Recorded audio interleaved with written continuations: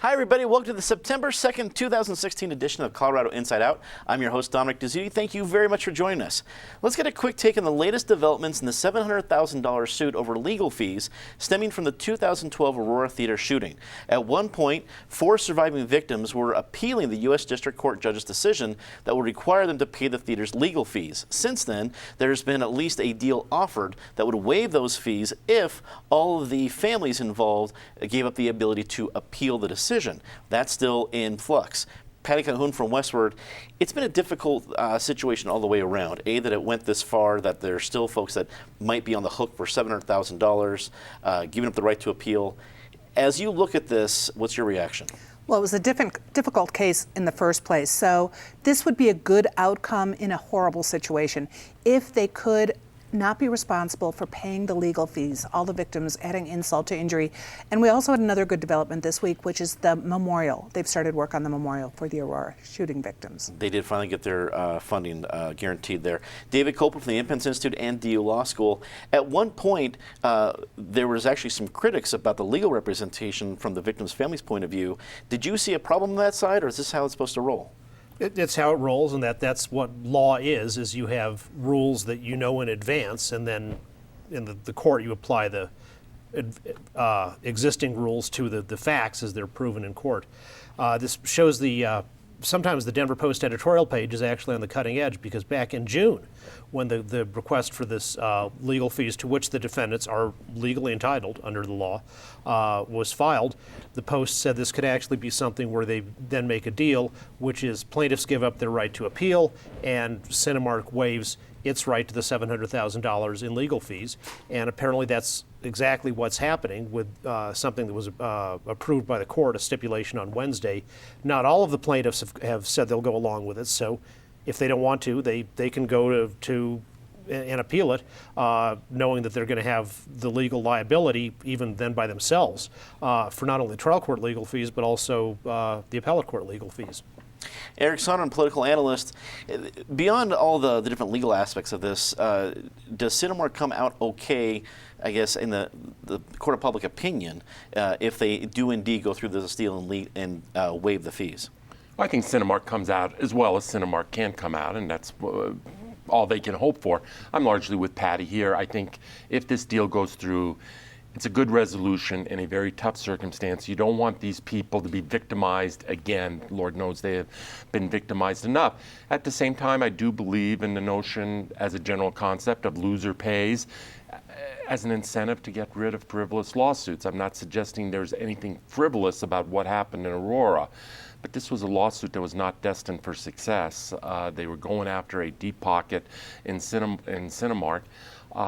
So I don't object as a matter of principle to the notion that the plaintiffs would be liable for legal fees, but if there can be a deal to avoid it, let's do it.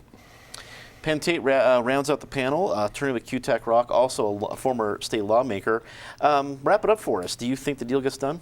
I hope the deal gets done, because I think it's the right result. You know, this is a tough lawsuit to begin with, because the plaintiffs were basically arguing that Cinemark should have known to have more security to protect them from some random madman who shows up armed to the teeth and starts killing innocent people. And I think a lot of people had trouble with that proposition, and indeed the jury did, as did the judge. You sort of have to give Cinemark credit here, because they made an offer like this previously when the judge indicated he was probably going to rule in their favor, and most of the victims' families opted out of going further, but 4 families insisted on pressing this issue.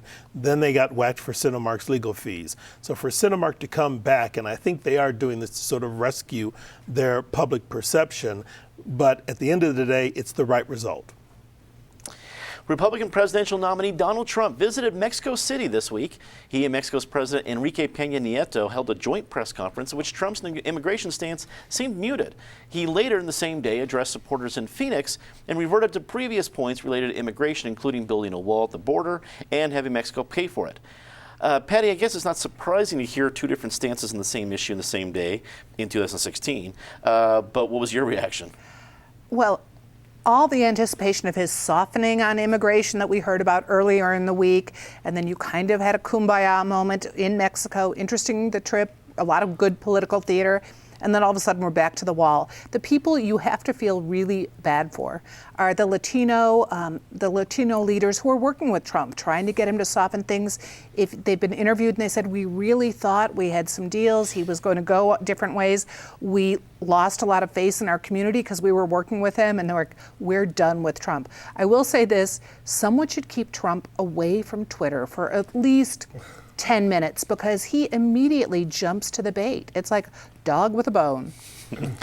David, what do you think would possess President Peña Nieto to have any motivation to agree to a meeting with Donald Trump? Well, people have talked about that because there was a lot of objections in Mexico. His approval ratings are at 20% in Mexico because A, it came out that he plagiarized his school thesis, and B, his government's been covering up government massacres of innocent people.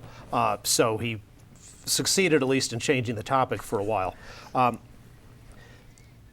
Loser on this, Ann Coulter. Her big new Trump worship book comes out at exactly the same time when Trump starts vacillating on the issue. And as she says in the book, his supporters will forgive him for anything except changing his mind on immigration. And in this lead up to it, I think we had 11 different immigration positions in 9 days. Winner on this, Sarah Palin, because you can criticize her for her stream of consciousness, James Joyce type speaking, including the poetically brilliant invented language. But once you read it, you read what she says over the years, she has consistent positions on the issues. They may not be deep, but they're consistent. Whereas Trump has no consistency. This exercise where we're trying to say, oh, well, what does he really think? That it's like looking at a Jackson Pollock splatter painting and saying, well, what does this tell us about what Jackson Pollock thought about the capital gains tax? It doesn't tell us anything. Language has no meaning to Trump. His word has no meaning to Trump. He violates his business contracts all the time, which are actually fairly certain things, that you do this and I'll pay you that. He doesn't even live up to that. So his supposed positions on immigration and anything else are just a sham. He says what he's feeling or thinking at the moment, and that doesn't mean that he's going to have that same position 10 minutes later. As Gertrude Stein said about Oakland, there's no there. Eric, you always get a great segue from David, this time a little more poetic than usual. The presidential look of a joint press conference with another head of state, that looked really presidential. Does that look have any legs for those middle squishy voters who have yet to decide? Maybe. I mean, Trump, one day he does something good. We talk about a reset. He's looking presidential. Then to Patty or whomever, he goes off on Twitter 20 minutes later and completely blows any progress he made. It's a complete roller coaster ride, and not a day by day, but an hour by hour, almost minute by minute roller coaster ride with this guy. I'm not sure I have a ton to add in terms of the immigration and the visit to Mexico. David talked about the losers here. I think the biggest loser, when you talk about this presidential race in a much bigger setting, it's just the American people. We are facing a historically awful choice here. It's a choice the country really doesn't want to make. Hillary Clinton, by all rights, should have put this guy away. There should be a 10 to 12 point election, 400 electoral votes, over and done with. And maybe it will end up there. Because in Donald Trump, Hillary Clinton has found the one and only candidate that she can probably beat, and maybe beat convincingly. But yet the polls still show they're closing after everything Donald Trump has done to disqualify himself. Now the battleground polls, the Electoral College map still very much favors her. I take some of the up and down of the polling with a grain of salt. But Peggy Noonan, if anyone has access to Peggy Noonan, she has a great column in this morning's Wall Street Journal. She talks about this being a depression versus anxiety election. Anxiety is Donald Trump. Depression is Hillary Clinton. Or it's a fear versus loathing election. Fear is Donald Trump. Loathing is voting for Hillary Clinton. It is just a miserable choice we're facing, and as a country, we need better. We deserve better. Ben, I guess riffing off of what Eric just said, are you surprised we're not hearing more about third-party candidates when you're seeing, I mean, we have all the stuff about immigration stuff on Donald Trump this week. Then we had more email headlines this morning on Friday regarding Hillary Clinton. I don't have the details making it to a topic, but I guess if there's ever going to be a time for a Gary Johnson, a Jill Stein, this seems to be it. Do you think we'll see greater growth in that area? You know, I think we will, and I note you're trying to have me put a smiley face on all of this, so I'll see what I can do. Good luck. I think we will. You know, I think it's interesting, and maybe it's just in our market, but Gary Johnson has begun to run radio ads now. So I've heard a few of his radio ads, and interestingly enough, one of the people on the radio ads promoting him is a Latino who's talking about, I am a Latino, I have historically been a Republican, but I'm voting for Gary Johnson, and here's why. So he's running radio ads, it's targeted, it's focused, he's clear what constituency he's going after. And Eric's right, this most recent thing with Mexico, the American people are the worse off, and I suppose the second place losers are the Mexican people, because, you know, their president had a chance to stand up, stand firm. I don't blame him, Nieto Peña Nieto, for inviting Trump to Mexico. That's the appropriate thing to do. I do blame him for not standing up and just saying in the press conference, yeah, thanks for showing up, but we're not building a wall. We're not paying for anything. You want to do it, build it on your side of the border and knock yourselves out. He didn't do it. And so his people suffer for him not standing up to Trump. The American people suffer because Trump has now alienated our neighbor to the south and the people that live there with this craziness. And, you know, I've almost reached the point where I think I've decided Donald Trump may be criminally narcissistic, because people are looking for him to act presidential if that matters to you. He can't do it because he isn't. You are what you are. This is a guy who's driven solely by what he wants and what he thinks at any given time, which means he has the right to change his mind if he feels like it, because he's him. It's pretty fitting that we have a 140-character device like Twitter to be the tool there, but let's move forward. Two proposed initiatives that would have addressed limitations on hydraulic fracturing in Colorado failed to make the ballot this week. Governor John Hickenlooper noted that although this won't be taken to voters in November, it's clear to him that these issues still deserve a response. Meanwhile, some Green activists are pushing Hillary Clinton to refuse to place Hickenlooper in her cabinet if she were to win, due to his ties to the oil and gas industry. David, what do you think John Hickenlooper has to respond to the situation at all? I think he's doing his best. The problem is he's rational and scientific, and the people on the other side of this are neither. If they actually believe, on the one hand, they're hysterics because they believe that man-made global warming, which I think that the Cato Institute, where I'm associated with, says, yeah, that is part of the warming trend over the last century, has had some relation to man-made activities. It's a real thing, but their belief is they're catastrophists. It's like they read the book of Revelation and just change the whole thing into eco terms. And but if on the one hand, if that's really true and they really think it, then they ought to be totally behind nuclear power, which is not perfect, but would supply huge amounts of energy with no global warming at all. And countries like France and England, among others, show that when you do it properly, you can do it in a safe way. But yet they're against that because their really religious view is that energy may only come from certain approved modes of wind and solar and things like that, which are not even close to being able to satisfy American energy needs. And so, well, we shouldn't use so much energy. So fine, we can go back and live like we were in the 1880s in their utopia. But from Hillary's point of view, her donors, the Tom Steyers and all that, they're not going to, the California billionaires, they're not going to go live in the 1880s, but they're going to demand the policies to put the rest of us back into that. And if you want to know what Hillary Clinton thinks, well, follow the money. So I don't think Hickenlooper is going to make it into the cabinet in Interior, he might be a very good choice on Commerce, because that's really just spreading corporate welfare around for international trade and things like that, and he's certainly got the experience on that. Eric, 2 years ago, we narrowly missed an 11 ballot issue battle royale. It was going to be epic. And there was a meeting, a summit with Jared Polis and John Hickenlooper. They nearly got him off the ballot. 2 years later, we have 2 ballot issues that can't even get enough signatures. What happened in 2 years? Several things happened. The funding for the proponents, i.e. Jared Polis, largely went away or put his checkbook away. Secondly, the price per barrel of oil went from $100 to $40, maybe it's now around $50 a barrel. This issue will ultimately get resolved at the ballot box in Colorado, as all major issues go to the ballot box eventually. But it's likely to happen when the price per barrel goes back up, so the companies are really much more active again and the impacts are much more intense. My punchline for this year, Dominic, compared to where we thought we were going to be, and I know you're planning these debates that I'm a part of, that Colorado Decides on this air is getting ready to start taping and airing, but we thought we were going to have a huge ballot, and it's a huge list of ballot issues. We still have a number of them, but I'm taken with what is not on this ballot. We do not have a fracking fight that we were expecting. We do not have a wine and beer, liquor and grocery store fight that was going to be an incredible battle royale that broke all spending records.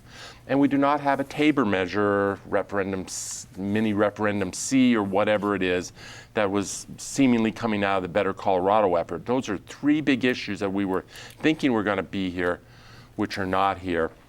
In terms of the issues that are here, I keep thinking that after 2 more months of Hillary versus Trump, that assisted suicide measure is going to start looking really attractive. we are in gallows humor today. Penn, again, our shot of optimism here, giving you your best shot. Does John Hickenlooper need to worry about the reaction from Greens on this? He does, and he needs to worry about the reaction from the oil and gas industry because, you know, the history is this was all going to go to the ballot 2 years ago. There were all these competing measures. He's the one who brokered the deal. It turns out now it's the deal that nobody really likes, and everybody wants to undercut and change. And so what we've bought is a stalemate, but no real peace. And so this matter is not resolved. I'm not convinced he can now be the convener to bring everyone back together to get the more perfect peace. I think this may be the war of the initiatives. And frankly, if Raise the Bar passes, it may be difficult for any of these people to get their measures approved to be considered in the first place, which is an ironic situation. Here's the last thing to consider, and it's a big picture question. There are some economists and scientists who will now tell you that with the drive towards alternative energy in the United States, that our consumption of oil and gas is plummeting so rapidly that the price of oil isn't going to go back up to $100 a barrel. Where it is now may be where it stays, and it may be continue to drop because it's entirely possible that we currently have more reserves and more refining and processing capacity than we'll ever need because our dependence on fossil fuels is declining more rapidly than the need to produce more fossil fuels. Patty, at the end of the day, were you surprised that these are the 2 issues that couldn't make the ballot because of signatures? I was surprised because you know it's a Herculean feat, but you can do it. And if you went through even taking it out, all the publicity, driving up in the U-Haul, why they didn't just push that much harder, because people care about the environment here in Colorado. You can usually get people to sign a petition that says this is pro-environment if they're not reading it all. Of course, we're going to see this come back on a ballot at some point or other because people care about the environment in Colorado. We live in a beautiful place. If it's not fracking, it's going to be coal, it's going to be air pollution. There are a lot of issues. So I think Hickenlooper was smart to at least say we'd like to listen. We're going to have the discussion of the environment ongoing over the years. But the fact is, I don't think he necessarily even wants to be Secretary of the Interior. I'm not sure why we had this national push all of a sudden. We already know Udall's name has been floated for that Ritter's name has been floated for Department of Energy. Hickenlooper has a lot of different places he could fill 2 years from now if that's what he wanted to do. The Blue Book for the 2016 Colorado ballot created some controversy this week. Proponents of the two measures regarding a presidential primary and opening up primaries to unaffiliated voters claim that wording added by a bipartisan group of legislators added considerable bias. Eric, from what we've seen of this issue, this came out on Friday, so it's new to a lot of folks. Do you think the proponents have a point? I do think the proponents have a point. I think they have a right to be outraged by this, but more importantly than what the proponents think, it's what the voters of Colorado think. There are two issues here, and I think I'm only going to address one. The first issue is the merits of the two ballot measures. I think Penn and I probably disagree, but maybe there'll be some other time to air that disagreement. For me, this right now, today, is a process question. You have something amidst all the propaganda, all the hype that is out there in a political campaign, you have something that voters have come to really rely on for straightforward information, and that is the Blue Book. And efforts to politicize the Blue Book ought to be shunned and ought to be condemned. And this was such an effort to politicize it. You had a nonpartisan staff that ultimately wrote and vetted the pro and con arguments. And then you have legislators who have a vested interest in the current system, a vested interest in not opening up primaries any more than they are to independents, who took that language and decided to bastardize it a little bit to load the decks against these initiatives. I think it's shameful. Penn, you're a former state lawmaker. You've seen this process. Do you smell shenanigans? Not necessarily shenanigans, but the optics aren't good, and this was not a good move by legislators. The nonpartisan staff does a great job of writing the Blue Book. And if you've never seen the process, what they do is they get the proponents and opponents of the different ballot measures together, and they craft wording sort of that everybody can live with and that everybody think fairly represents the pro side and the con side. And then a legislative committee sort of has to bless it all.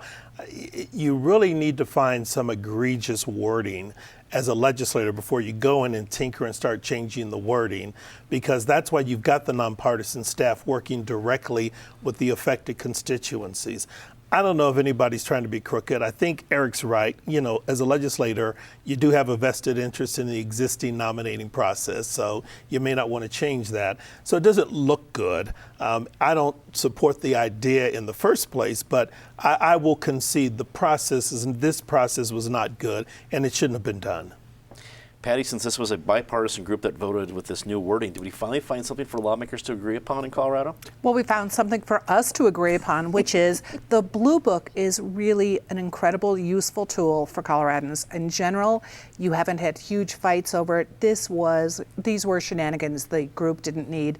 You know, as an editor, I can say, not as a lawyer, but you look at a sentence and everyone's going to read it differently. So of course people are going to disagree with how the Blue Book is phrased. But over the years, they have shown themselves to be very, very fair in their assessments. David, wrap it up for us.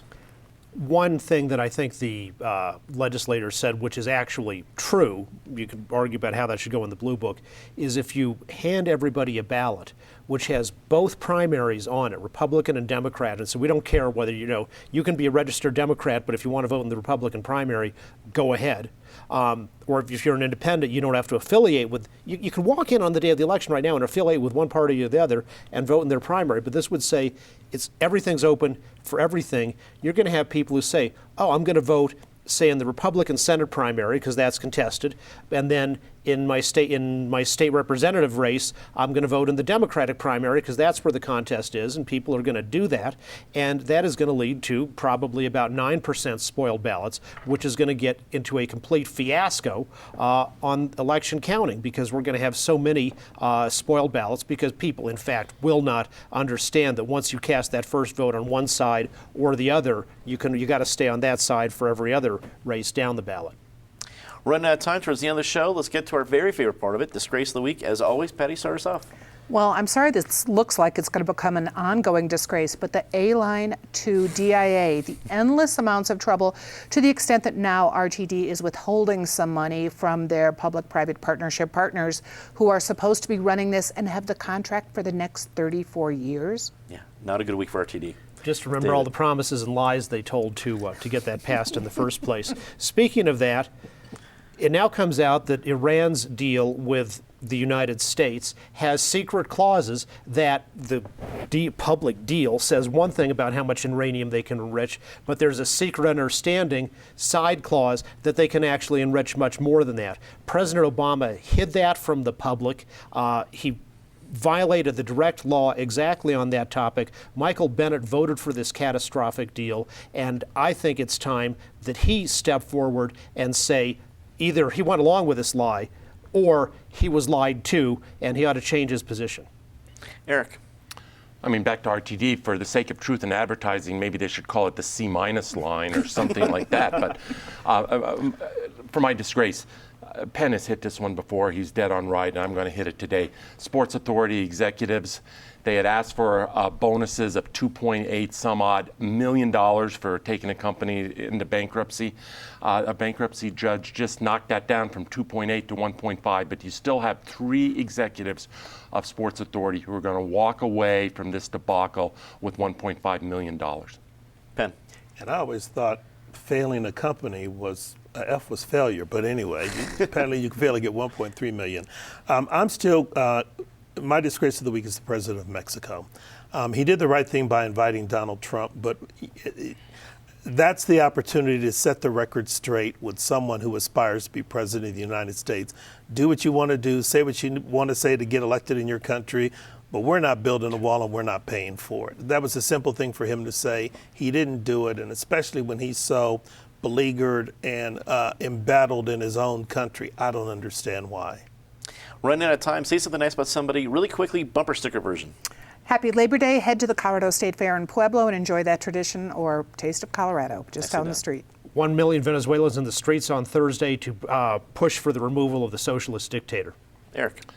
Denver Post lost 2 journalists this week, one current tense, Colleen O'Connor, in a tragic accident. One who was really a lion of that paper for many years, Tom Gavin, a political reporter. Both very good human beings and very good journalists. You're here. Go to the CSU-CU game today. That's all the time we had tonight. Thanks for tuning in. I want to give one quick shout out about a great program premiere next Tuesday. Street Level comes back brand new. We're going to be back with brand new, a 4th season coming to Welton Street. That's right. We're starting up the 4th season with Welton Street. We're excited to feature that. That's Tuesday at 7 o'clock. And of course, as Eric alluded to, our debate series kicks off next Friday at 9 o'clock. For everyone here at Channel 12, I'm Dominic Dezzutti. Thanks for watching. Good night. Hey, you know this.